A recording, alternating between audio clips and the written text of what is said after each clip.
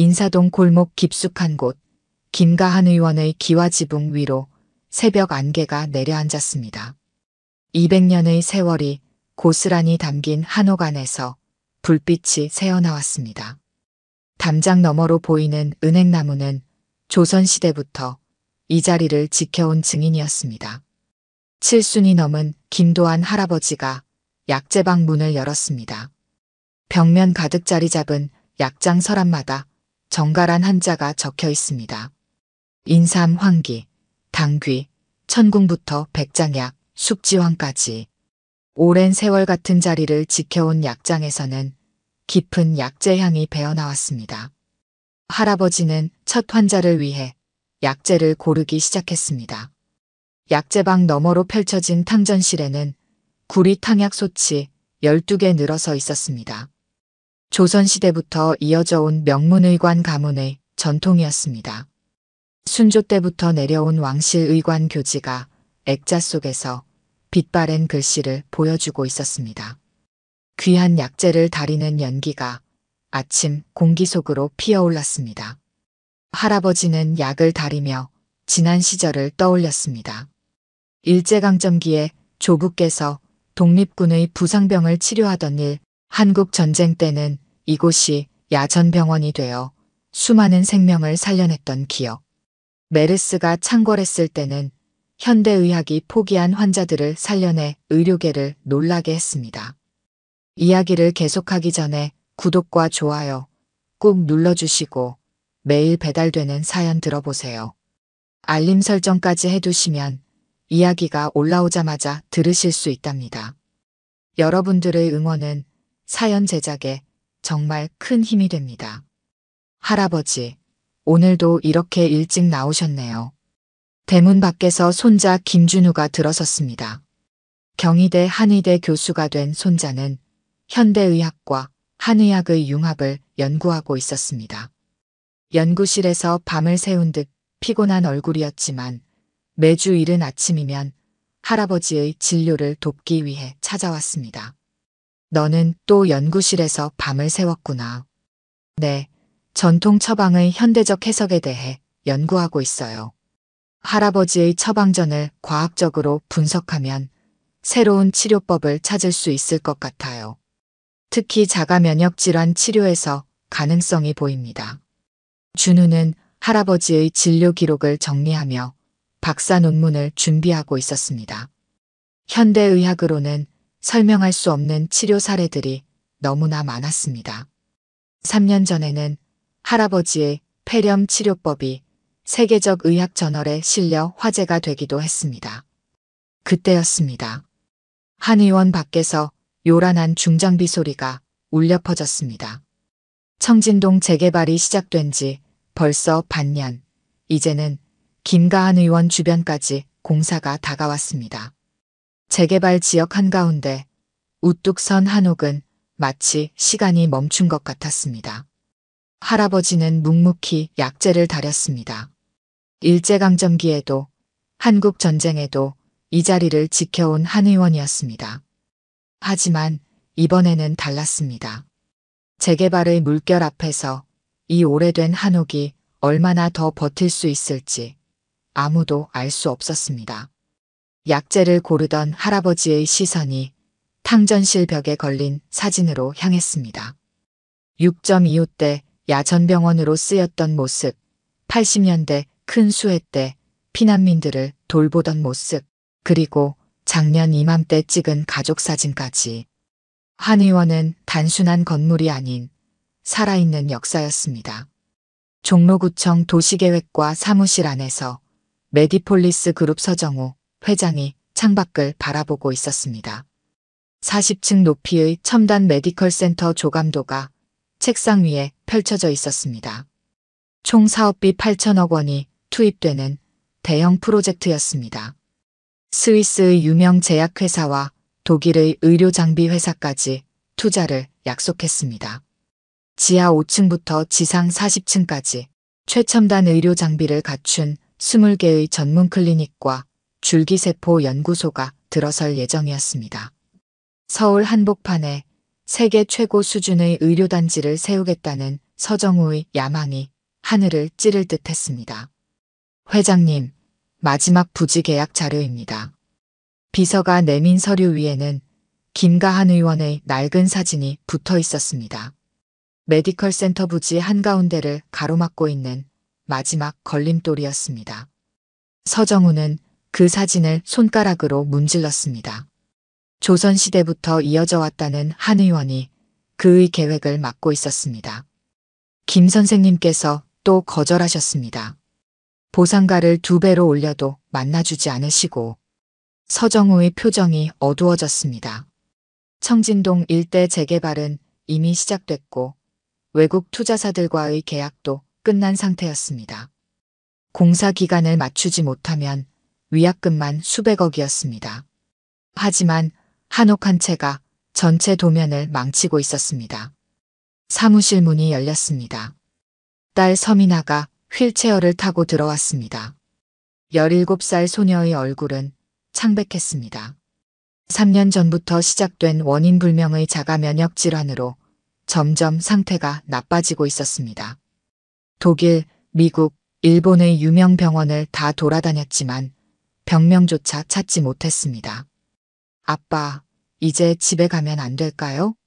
피곤해서. 서정우는 딸의 모습을 바라봤습니다. 3년 전 아내를 잃고 얼마 지나지 않아 미나의 병이 시작됐습니다. 현대의학의 한계를 절감하며 시작한 것이 메디컬 센터 건립이었습니다. 세계 최고의 의료진과 장비를 한자리에 모아 딸의 병을 고치겠다는 일념이었습니다. 회장님, 한 가지 제안이 있습니다. 비서가 조심스럽게 입을 열었습니다. 구청과의 비공식 협의가 있었다는 것이었습니다. 행정대 집행이라는 카드를 만지작거리고 있다는 내용이었습니다. 서정우는 잠시 망설였습니다.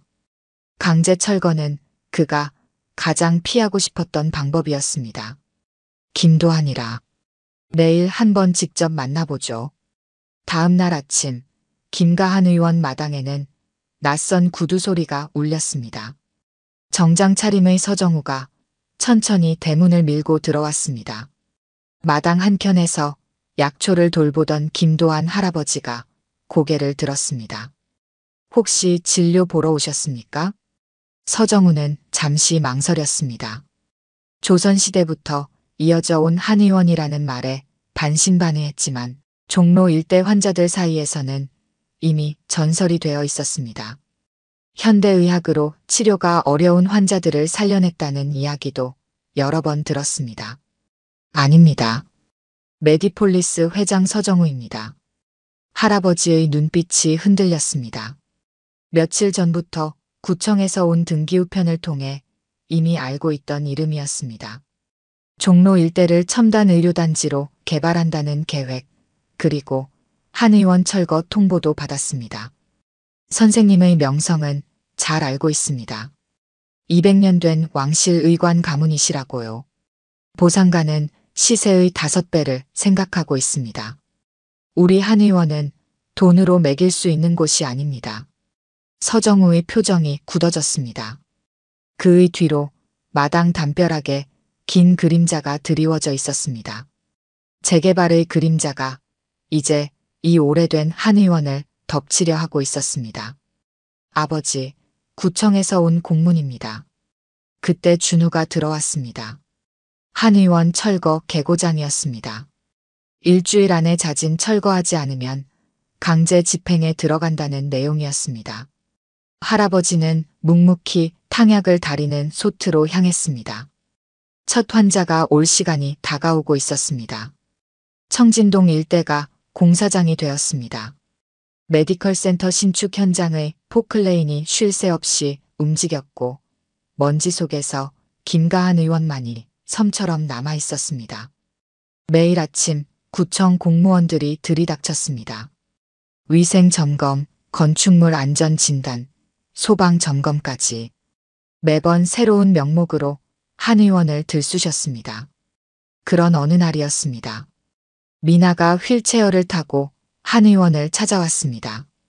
아버지 몰래 검색하다가 알게 된 한 의원이었습니다. 예약도 없이 찾아온 딸을 할아버지는 조용히 맞이했습니다. 할아버지는 오랫동안 미나의 맥을 짚었습니다. 마치 평생의 경험을 모두 손끝에 모으는 듯 했습니다. 진맥이 끝나고 할아버지는 천천히 입을 열었습니다. 마음속 한이 피가 되어 몸을 공격하는 병이구나.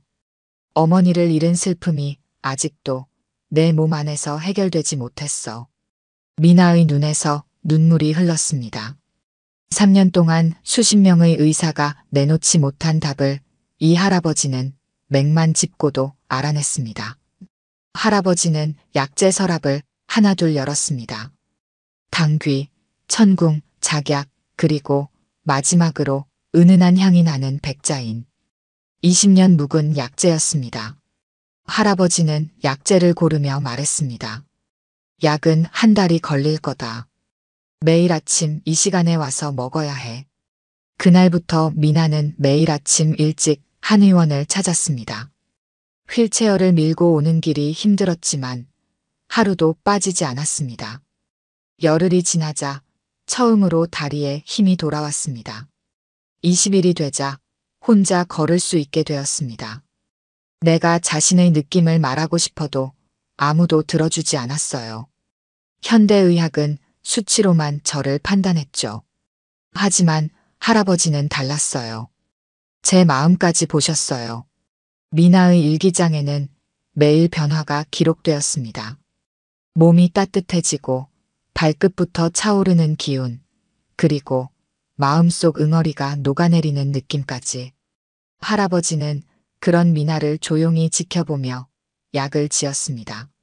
하지만 구청의 압박은 더욱 거세졌습니다.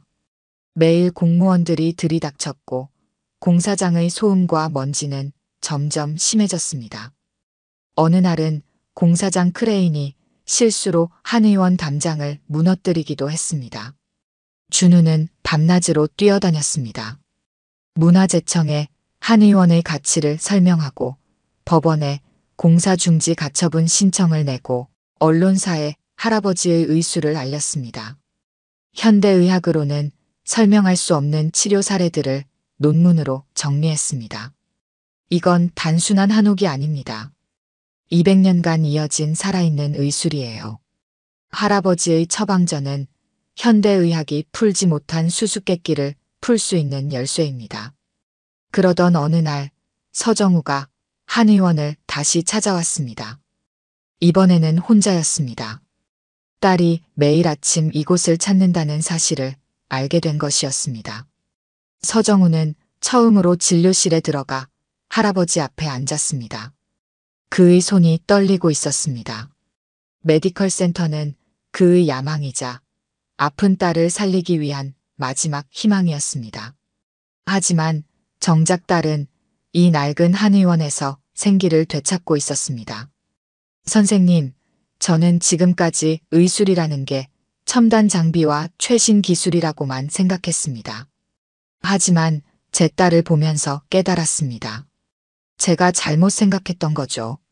할아버지는 말없이 서정우의 맥을 짚었습니다. 딸의 병을 고치겠다는 집착이 그의 심장을 짓누르고 있었습니다. 마치 자신의 죄책감을 딸의 병 치료로 씻으려 한 것처럼. 회장님도 아프시군요. 딸을 살리지 못한다는 두려움이, 아내를 잃은 슬픔이. 서정우의 눈에서 눈물이 흘렀습니다. 3년 동안 참아온 슬픔이 터져나왔습니다. 그때 밖에서 요란한 소리가 들렸습니다. 구청 행정대 집행 공무원들이 들이닥쳤습니다. 김 선생님, 행정대 집행 영장입니다. 이제 더 이상 미룰 수 없습니다. 행정대 집행이 시작되는 아침, 인사동 하늘은 잿빛이었습니다. 김가한 의원 주변으로 경찰 병력이 도열했고 철거 인부들이 중장비를 가동했습니다. 구청 공무원들은 마지막 통보서를 들고 한 의원으로 향했습니다. 달력은 한 의원이 이 자리에 터를 잡은 지 정확히 200주년이 되는 날을 가리키고 있었습니다. 전날 밤부터 한 의원 앞은 사람들로 가득했습니다. 할아버지에게 치료받은 환자들, 수십 년간의 단골들, 재개발 반대 시민단체, 한의학과 학생들까지 그들은 한 의원을 둘러싸고 밤새 인간띠를 만들었습니다. 환자들은 자신들의 치료 사례를 들고 나왔고 한의대생들은 할아버지의 처방전 가치를 설명하는 피켓을 들었습니다. 준우는 검찰에 밤새 준비한 자료를 넘겼습니다. 6개월간 수집한 비리 증거들이었습니다. 구청 공무원들이 받은 뒷돈거래, 내역, 문화재 심사를 조작한 정황, 일부러 보존 가치가 있는 건물들을 누락시킨 기록까지. 특히 구청 도시계획과장이 메디폴리스 자회사의 대표이사와 골프 회동을 가진 사진도 포함되어 있었습니다. 문화재청에도 새로운 자료가 도착했습니다. 1920년대 콜레라 창궐 당시 한 의원이 100여 명의 목숨을 살린 기록, 한국전쟁 때 야전병원으로 쓰이며 수백 명의 부상병을 치료한 기록, 최근에는 현대의학이 포기한 난치병 환자들의 완치 사례까지 200년의 의술이 고스란히 담긴 보물 같은 자료들이었습니다. 서정우는 자신의 사무실에서 밤을 지새웠습니다. 책상 위 서류들이 그를 괴롭혔습니다.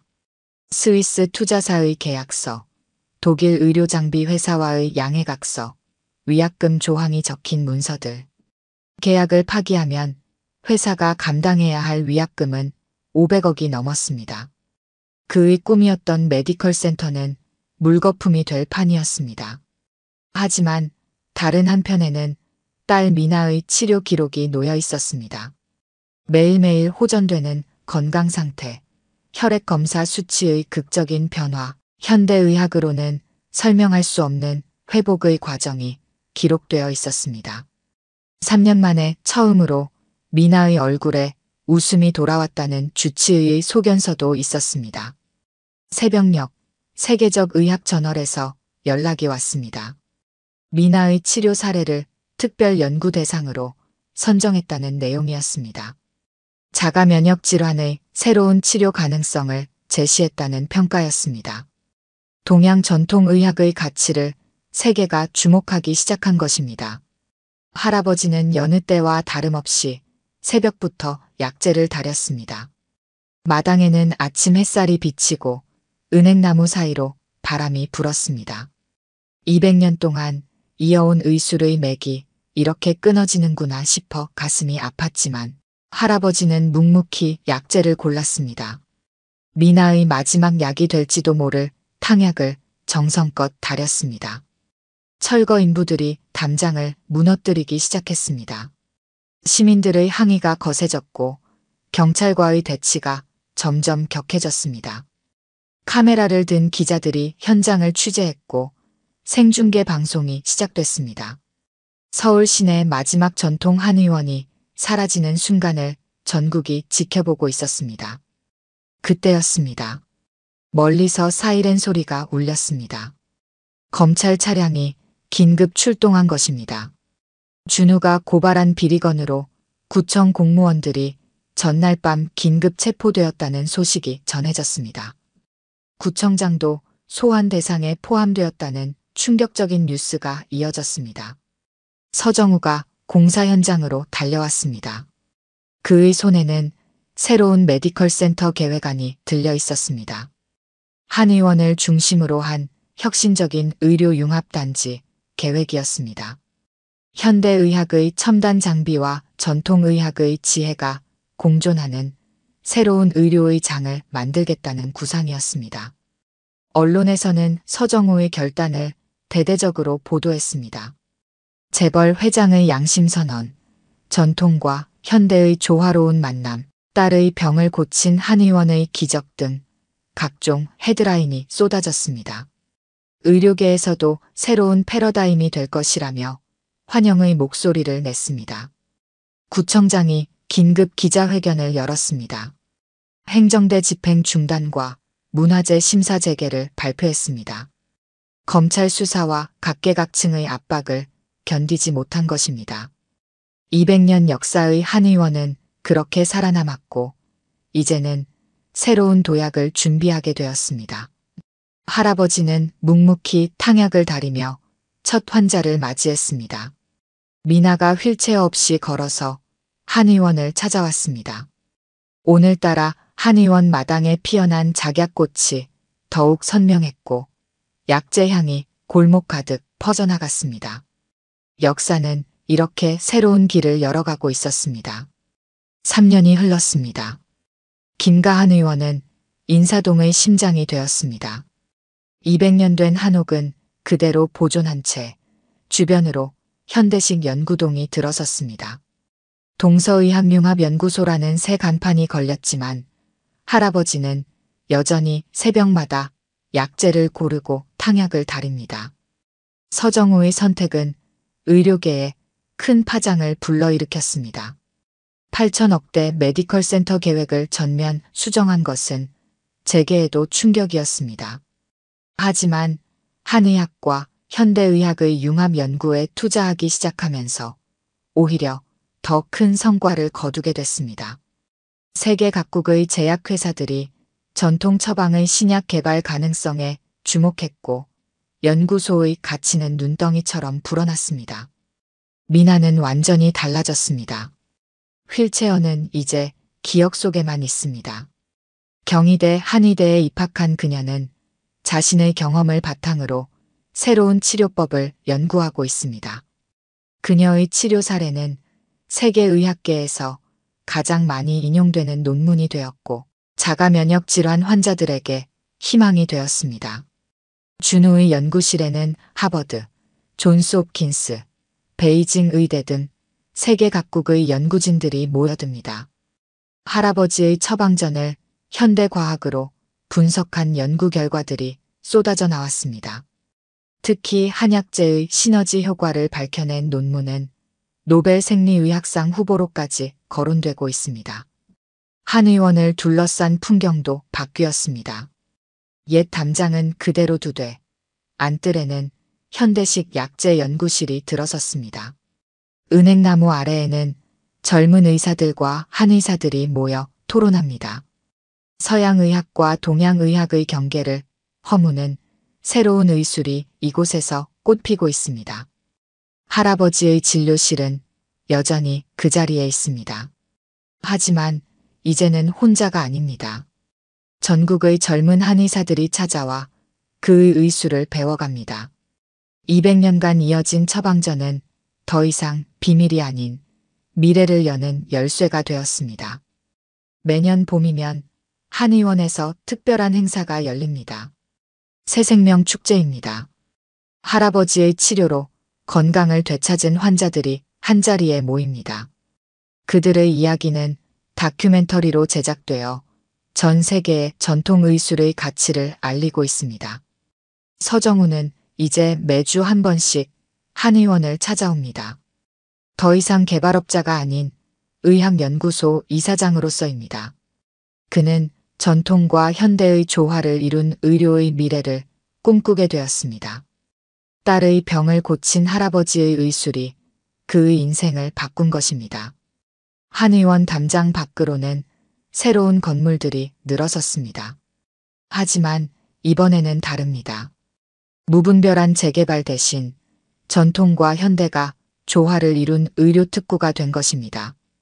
세계 각국의 의료진과 연구진들이 모여드는 새로운 의료의 중심지로 거듭났습니다. 마당에 심어진 약초들은 더욱 푸르게 자라났습니다. 연구원들은 이 약초들의 효능을 과학적으로 입증하고 새로운 치료법을 개발해냅니다. 할아버지의 손길로 키워진 약초들이 세계의학의 새로운 장을 열어가고 있는 것입니다. 저녁이 되면 할아버지는 여전히 마당 평상에 앉아 하늘을 올려다봅니다. 200년의 세월이 이어진 이 자리에서 의술은 새로운 길을 열어가고 있었습니다. 작약향기 가득한 마당에는 이제 세계의학의 미래가 자라나고 있습니다. 인사동 골목을 찾는 사람들의 발걸음이 한의원 앞에서 멈춥니다. 전통 한옥과 현대식 건물이 조화를 이룬 이곳에서 새로운 희망이 시작되고 있기 때문입니다. 김가한 의원은 이제 단순한 의원이 아닌 미래의학의 등대가 되었습니다. 오늘 들려드린 이야기가 여러분의 마음에 작은 울림이 되었기를 바랍니다. 아까 깜빡하신 분들이 계셨다면 좋아요와 구독 부탁드려요. 다음 사연을 들려드리는데 큰 힘이 된답니다. 그리고 여러분의 이야기도 댓글로 들려주세요. 다음 이야기 때 또 뵙겠습니다. 삼성동 르와르 카페의 VIP룸은 크리스탈 샹들리에 아래 우아한 자태를 뽐내고 있었습니다. 창 밖으로 늦가을의 햇살이 비치는 오후. 2시 에르메스 수트를 완벽하게 차려입은 박준서는 자신의 롤렉스 시계를 5번째 확인했습니다. 앞에 놓인 태블릿에는 매입 계약서 초안이 띄워져 있었고 그의 손가락은 초조하게 테이블을 두드리고 있었습니다. 은행에서 소개받은 이 자리는 그에게 중요한 의미를 가졌습니다. 스타 개발의 최연소 부사장이 된 후 첫 대형 프로젝트였기 때문입니다. 강남 한복판에 초고층 주상복합을 세우는 이 계획은 그의 미래를 결정할 수도 있었습니다. 모든 게 순조로웠습니다. 단 한 곳, 이 노인의 부지만 제외하고는. 이야기를 계속하기 전에 구독과 좋아요 꾹 눌러주시고 매일 배달되는 사연 들어보세요. 알림 설정까지 해두시면 이야기가 올라오자마자 들으실 수 있답니다. 여러분들의 응원은 사연 제작에 정말 큰 힘이 됩니다. 문이 열리고 한 노인이 들어섰습니다. 낡은 점퍼에 구겨진 면바지, 오래된 운동화를 신은 모습이 이 고급스러운 공간과는 어울리지 않았습니다. 김영수는 미안한 듯 고개를 숙였습니다. 그의 손에는 시간이 켜켜이 쌓인 가죽 서류 가방이 들려 있었습니다. 30분이나 늦으셨네요. 박준서의 목소리에는 날이 서 있었습니다. 그는 일부러 자리에서 일어나지 않았습니다.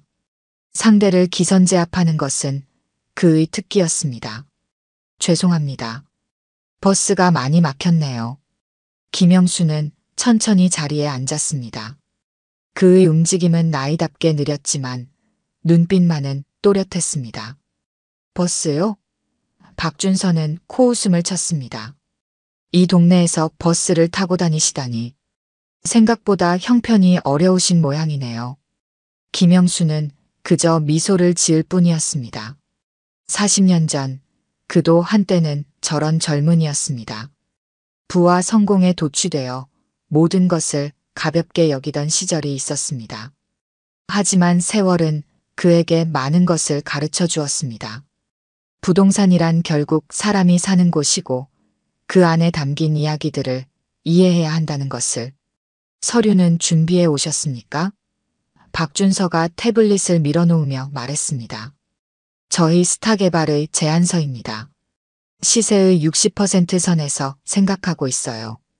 노후 건물이라 철거 비용도 만만찮을 테니까요. 김영수는 천천히 안경을 꺼내 썼습니다. 그의 손끝은 여전히 정확했습니다. 매일 아침 부동산 시세를 기록하는 습관 덕분이었습니다. 시세가 얼마라고 보시나요? 평당 2천만 원 정도로 보고 있습니다. 총 12억 정도. 김영수가 고개를 저으며 김영수는 낡은 수첩을 펼쳤습니다. 빼곡한 숫자들 사이에서 어제자 시세를 찾아 짚었습니다. 어제 기준 시세가 평당 3,800이었습니다만 박준서의 표정이 순간 일그러졌습니다. 이렇게 될 리가 없었습니다. 은행에서는 나이든 건물주라 쉽게 설득될 거라 했습니다. 게다가 건물도 낡았고 세입자들도 영세상인들 뿐이었습니다. 어르신, 그건 주상복합 기준이고요. 노후 상가는 당연히 보상 기준이 다르죠. 바로 옆 건물이 지난달 평당 3,900에 거래됐더군요. 김영수가 차분히 말을 이었습니다. 제가 직접 등기부등본도 확인했고 중개사무소에도 다녀왔습니다. 침묵이 내려앉았습니다. 박준서는 처음으로 이 노인을 제대로 바라보았습니다. 낡은 옷차림 속에서도 단정한 자세, 그리고 무엇보다 흔들림 없는 눈빛이 거슬렸습니다. 그래서 말인데 시간이 좀 필요할 것 같습니다. 세입자들과도 상의해야 하고. 시간이요? 박준서가 목소리를 높였습니다. VIP룸 안에 그의 목소리가 울렸습니다. 어르신, 이게 얼마나 좋은 기회인지 아시나요? 현금으로 바로 드리는 거예요. 이 나이에 이런 기회가 다시 올까요? 김영수는 천천히 가방에서 구겨진 신문 스크랩을 꺼냈습니다. 2년 전 스타개발이 추진했던 재개발 사업이 실패한 기사였습니다. 젊은이, 부동산이란 게 말이죠. 시간과의 싸움입니다. 조급해하면 반드시 실수를 하게 되어 있죠. 이거 기억나시나요? 박준서의 얼굴이 창백해졌습니다. 그 사업 실패로 전임 부사장이 물러났고 그가 그 자리를 차지할 수 있었습니다. 하지만 그 실패의 원인을 이 노인이 알고 있다는 건 예상하지 못했습니다. 박준서가 이를 악물며 말했습니다. 일주일 드리겠습니다. 그 이상은 어렵습니다. 저희도 일정이 있으니까요. 김영수는 천천히 일어섰습니다. 그의 움직임은 여전히 느렸지만 이번에는 어딘가 위험이 서려 있었습니다. 감사합니다만 제 시간에 맞춰 결정하도록 하겠습니다. 박준서는 노인의 뒷모습을 노려보았습니다. 꼭 후회하시게 만들어드리죠. 그는 작게 중얼거렸습니다. 김영수는 문 앞에서 걸음을 멈췄습니다. 그는 뒤돌아보지 않은 채 말했습니다. 젊은이, 부동산에서 가장 큰 실수가 뭔지 압니까? 상대를 얕보는 겁니다. 제 세입자들은 20년을 함께한 가족입니다. 그들의 삶을 함부로 할 순 없지요. 문이 닫히고 호텔식 카페의 VIP룸에 박준서 혼자 남았습니다. 그는 태블릿을 집어 던지고 싶은 충동을 겨우 참았습니다. 이 노인의 부지 없이는 프로젝트 전체가 위험해질 수 있었습니다. 시간이 없었습니다. 을지로 3가의 낡은 상가 건물 2층. 김영수의 사무실은 시간의 무게를 고스란히 담고 있었습니다. 1970년대 말 디자인의 원목 책상과 캐비닛, 군데군데 바랜 벽지, 그리고 벽면을 가득 채운 서울시 지도들이 공간을 채우고 있었습니다. 1980년대부터 현재까지 서울의 변천사를 보여주는 지도들은 마치 박물관의 전시품 같았습니다. 이 자리가 원래는 인쇄골목이었지. 김영수는 1981년도 지도 앞에서 발걸음을 멈췄습니다. 당시 그의 나이 29, 인쇄소에서 10년간 일하며 모은 돈과 퇴직금을 털어 이곳을 샀던 때가 떠올랐습니다. 을지로의 작은 인쇄소들이 하나둘 문을 닫기 시작하던 때였습니다. 기계화의 물결을 이기지 못한 것입니다. 영수 사장님, 오늘도 일찍 나오셨네요. 1층 시계 수리점 박노인이 문을 열고 들어왔습니다. 25년째 이 자리를 지키는 그는 김영수의 가장 오래된 세입자였습니다. 그의 손에는 매일 아침 반드시 들르는 을지로 3가 최고의 커피숍 옛날 다방의 아메리카노가 들려 있었습니다. 박 선생님, 여기 커피 값이라도. 김영수가 지갑을 꺼내려 하자 박노인이 손을 저었습니다. 무슨 소리를 하십니까? 25년 동안 한 번도 월세 안 밀리게 해주신 은혜를 어떻게 갚나요? 김영수는 박노인이 내민 커피를 받아들었습니다. 매일 아침 이 커피 한 잔으로 하루를 시작하는 것이 그의 일과였습니다. 창밖으로는 출근하는 사람들의 발걸음이 바빴습니다. 그들 사이로 검은색 세단 한 대가 건물 앞에서 서성이고 있었습니다. 스타개발 사람들입니다. 어제부터 계속 돌아다니면서 가게마다 들여다보고 있어요. 박노인의 말에 김영수는 고개를 끄덕였습니다. 박준서의 부하 직원들이 이틀째 세입자들을 찾아다니며 이주 대책을 운운하고 있다는 소식은 이미 들었습니다. 서랍에서 낡은 가죽 앨범을 꺼냈습니다. 40년간의 부동산 거래 기록이 담긴 이 앨범은 그의 인생 자체였습니다. 첫 페이지를 펼치자 1981년 첫 계약서가 나왔습니다. 당시 공인중개사였던 스승님과 찍은 사진도 있었습니다. 땅은 절대로 돈으로만 보면 안 된다. 그 땅 위에 사는 사람들의 이야기를 읽어야 한다. 스승님의 말씀은 40년이 지난 지금도 그의 부동산 철학이 되어 있었습니다. 화려한 개발 계획이나 수익률보다 중요한 것은 그 땅에서 살아가는 사람들의 삶이었습니다. 스타개발 회의실의 풍경은 달랐습니다. 세입자 설득은 어떻게 진행되고 있습니까? 박준서가 회의실 스크린에 띄워진 프레젠테이션 자료를 보며 물었습니다. 대부분 이주 보상금 조건에 만족하는 것 같습니다. 다만 몇 군데가 문제입니다. 부하 직원이 조심스럽게 말을 이었습니다. 특히 시계 수리점 박노인과 중국집 왕씨가 완강합니다. 30년 넘게 한자리에서 장사했다면서. 시간이 없습니다. 강하게 밀어붙이세요. 필요하다면 건축과의 민원도 넣고 위생점검도 좀 받게 하고. 박준서의 말에 회의실이 숙연해졌습니다. 그의 성공 비결은 단순했습니다. 목표를 향해 직진하는 것, 방해되는 것은 제거하면 그만이었습니다. 35의 나이에 스타개발 최연소 부사장이 된 것도 이런 추진력 때문이었습니다. 하지만 그는 김영수의 진짜 힘을 몰랐습니다.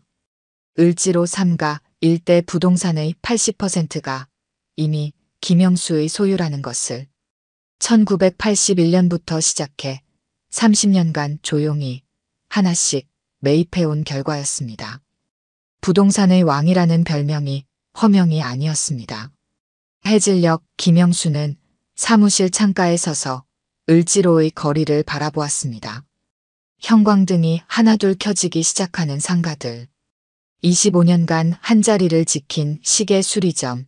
30년째 3대가 이어오는 중국집. 20년 전 이혼하고 홀로 두 딸을 키워낸 분식집 여주인. 그들의 인생이 곧 이 거리의 역사였습니다. 휴대폰이 울렸습니다. 스타개발 대표이사였습니다. 김영수 어르신, 죄송합니다. 박준서 부사장이 신뢰가 많았던 것 같습니다. 대표님, 제가 내일 한 가지 제안을 하려고 했는데 마침 잘 되었네요. 제안이라뇨? 네, 스타개발과 이 거리의 미래를 위한 제안입니다. 김영수는 벽에 걸린 지도들을 바라보았습니다. 40년간 그가 본 것은 땅이 아닌 사람들의 삶이었습니다. 그리고 이제 그 철학을 젊은 세대에게 가르칠 때가 왔습니다. 내일 박준서는 인생에서 가장 큰 수업을 받게 될 것입니다. 스타개발 본사 45층 회의실의 통유리창 너머로 서울의 스카이라인이 펼쳐졌습니다. 검은 대리석 회의 테이블 위로 쏟아지는 늦가을 햇살 아래 박준서는 자신의 계획을 다시 한번 점검했습니다. 테이블 위에는 세입자들의 서명이 담긴 퇴거 동의서가 가지런히 놓여 있었습니다. 시계 수리점 박노인의 것만 빼고는 모두가 서명을 마쳤습니다. 박준서는 창가에 서서 을지로의 전경을 내려다보았습니다. 저 낡은 건물들 대신 초고층 빌딩이 들어설 자리를 상상하며 그는 입가에 미소를 지었습니다. 지하 8층, 지상 55층의 초고층 복합시설. 프로젝트가 성공하면 그는 사장 자리까지 바라볼 수 있었습니다. 35의 나이에 이 정도면 나쁘지 않은 성과였습니다. 회의실 벽면의 대형 스크린에는 개발 계획이 떠 있었습니다. 화려한 3D 그래픽으로 구현된 미래의 을지로는 마치 판타지 영화의 한 장면 같았습니다. 수십 년간 이어져 온 낡은 상가들은 모두 사라지고 그 자리에 유리와 강철로 된 현대식 건물이 들어설 것입니다. 어제 그는 마지막 카드를 꺼내들었습니다. 김영수의 건물에 대한 안전진단 결과였습니다. 물론 조작된 것이었지만 행정기관에 제출할 만큼은 됐다고 자부했습니다. D등급 판정이 나오면 강제 수용도 가능했습니다. 이제 남은 건 시간 문제였습니다. 그러나 운명은 때때로 예상치 못한 방향으로 흘러갑니다. 회의실 문이 열리고 비서가 허둥지둥 들어왔습니다. 그의 손에는 부동산 등기부등본 수십 장이 들려 있었습니다. 서류를 훑어보던 박준서의 얼굴이 창백하게 변했습니다. 개발 부지 주변 80%가 김영수의 소유라는 사실이 차갑게 적혀 있었습니다. 40년이라는 세월 동안 조금씩 조용히 매입해온 결과였습니다. 더 큰 문제는 그들이 보낸 안전진단 관련 내용이 언론에 유출됐다는 것이었습니다. 조작 정황도 함께였습니다. 박준서가 자랑스럽게 쌓아올린 모든 계획이 모래성처럼 무너지고 있었습니다. 스타개발 로비는 늘 그렇듯 분주했습니다. 대리석 바닥에 비치는 햇살 사이로 김영수가 걸어 들어왔습니다. 낡은 점퍼에 구겨진 면바지 차림이었지만 그의 걸음걸이에는 40년 세월이 담긴 무게가 실려 있었습니다. 로비의 호화로운 인테리어와 김영수의 소박한 차림새는 기묘한 대조를 이루었습니다. 박준서는 엘리베이터에서 내리자마자 그를 발견했습니다. 다리가 후들거렸지만 체면을 지키려 애써 걸음을 떼었습니다. 이제 그의 앞에는 더 이상 나이든 건물주가 아닌 을지로의 제왕이 서 있었습니다. 김영수는 낡은 가죽 서류 가방에서 한 장의 문서를 꺼냈습니다. 그것은 스타개발의 미래를 결정지을 새로운 제안이었습니다. 진정한 부동산 개발이 무엇인지 보여줄 시간이 왔습니다. 오늘의 가을 햇살은 유독 따가웠습니다. 로비의 대리석 바닥에 비치는 그들의 그림자는 마치 운명의 대결을 예고하는 듯 했습니다. 김영수의 눈빛에서는 40년 경험에서 나오는 자신감이 빛났고 박준서의 얼굴에는 땀방울이 맺히기 시작했습니다. 스타개발 본사 1층 로비에는 긴장감이 가득했습니다. 오전 10시 프로젝트 착공식 발표를 앞두고 기자들이 하나 둘 모여들기 시작했습니다. 검은 정장 차림의 박준서가 단상에 섰습니다. 그의 이마에는 가느다란 땀방울이 맺혔습니다. 착공식장 뒤편에서는 세입자들이 모여 웅성거렸습니다. 시계 수리점 박노인은 굳은 표정으로 자리를 지켰고 중국집 왕씨는 어깨를 떨어뜨린 채 바닥만 바라보았습니다. 퇴거 동의서에 서명한 이들의 얼굴에도 후회와 불안이 가득했습니다. 오늘 우리 스타개발은 을지로의 새로운 역사를 시작합니다. 박준서의 목소리가 마이크를 통해 울려 퍼졌습니다. 그의 뒤로 초고층 빌딩의 조감도가 떠올랐습니다. 바로 그때였습니다. 로비 입구로 김영수가 걸어 들어왔습니다.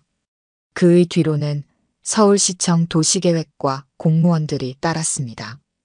낡은 점퍼 차림이었지만 그의 걸음에는 힘이 실려 있었습니다. 잠시 말씀드려도 되겠습니까? 김영수의 차분한 목소리에 착공식장이 술렁였습니다. 기자들의 카메라 플래시가 터졌습니다. 김영수님, 지금은 착공식이 진행 중입니다만. 박준서가 마이크를 붙잡은 손에 힘이 들어갔습니다. 김영수는 천천히 가죽 서류 가방을 열었습니다. 그의 손에는 두툼한 서류 뭉치가 들려 있었습니다. 도시계획과 과장이 앞으로 나서며 서류를 받아들었습니다. 스타개발이 제출한 안전진단서는 조작된 것으로 확인됐습니다. 도시계획과 과장의 말에 장내가 술렁였습니다. 또한 해당 부지는 현재 역사문화미관지구로 지정이 예정되어 있어 초고층 개발은 불가능합니다. 박준서의 얼굴이 하얗게 변했습니다. 그가 내려다본 서류에는 을지로 일대 부동산의 등기부등본이 가지런히 정리되어 있었습니다. 소유주는 모두 김영수였습니다. 40년 전 제 스승님께서 말씀하셨습니다. 김영수가 천천히 단상 앞으로 걸어갔습니다. 진정한 부동산의 가치는 땅값이 아닌 그곳에 담긴 사람들의 삶이라고요. 세입자들의 시선이 김영수에게 쏠렸습니다. 시계 수리점 박노인의 눈가에 눈물이 맺혔습니다. 이 자리에 새로운 건물이 들어설 것입니다. 김영수는 잠시 숨을 고르고 말을 이었습니다. 하지만 그것은 기존 상인들과 함께하는 개발이 될 것입니다. 제가 직접 맡아서요. 착공식장이 순식간에 환호성으로 가득 찼습니다. 세입자들은 서로를 부둥켜 안았고 기자들은 경쟁적으로 사진을 찍어댔습니다. 단상 위의 박준서는 다리에 힘이 빠졌습니다. 그의 앞에는 이제 단순한 노인이 아닌 을지로의 제왕이 서 있었습니다. 40년간 부동산을 통해 사람을 보는 법을 배운 진정한 왕이었습니다. 스타개발 대표이사가 급히 단상으로 올라왔습니다. 그의 얼굴은 이미 창백했습니다. 주변 부지의 80%를 소유한 김영수의 동의 없이는 어떤 개발도 불가능했기 때문입니다. 햇살이 스타개발 본사 유리창에 반사되어 찬란하게 빛났습니다. 그 빛 아래 김영수는 미소를 지었습니다. 이제 진정한 을지로의 변화가 시작될 것입니다. 한 달 후 을지로의 겨울 아침은 매서운 바람과 함께 찾아왔습니다. 김영수의 사무실 창 너머로 흰 입김을 내뿜으며 출근하는 사람들이 보였습니다. 그들 사이로 박준서가 걸어오고 있었습니다. 더 이상 비싼 정장도 명품 시계도 없었습니다. 대신 단정한 캐주얼 차림으로 변한 그의 모습이 보였습니다. 사무실 문을 열자 오래된 원목 가구 특유의 향이 느껴졌습니다.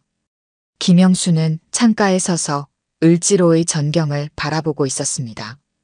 그의 시선이 닿는 곳마다 40년의 시간이 켜켜이 쌓여 있었습니다. 앉으시죠. 김영수는 찻잔을 내밀었습니다.